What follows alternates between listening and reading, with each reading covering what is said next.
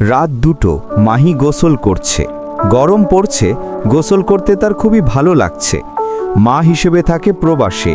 যৌবন জ্বালা, মনের জ্বালা, সব জ্বালাই মাহি মিটাই গোসল করে। এদিকে দোলা বেগম ভাইয়ের বাসায় বেড়াতে এসেছে। মাঝরাতে দোলা বেগমের প্রস্রাবের বেগ পেল।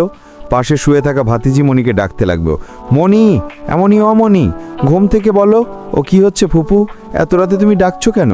ডাকি কি সাদে? ওরে আমার প্রকৃতির ডাকি সাড়া পড়েছে। আমার একটু টয়লেটে যেতে হবে, তুমি একটু আমার সাথে চলো। আমাদের কি তোমাদের গ্রামের মতো ঘরের বাইরে টয়লেট? আমাদের সব টয়লেট রুমের ভিতরে। রুম থেকে বের হয়ে সোজা গেলে বেসিনের পাশে টয়লেট। উত্তর থেকে দক্ষিণ মাথায় একটা।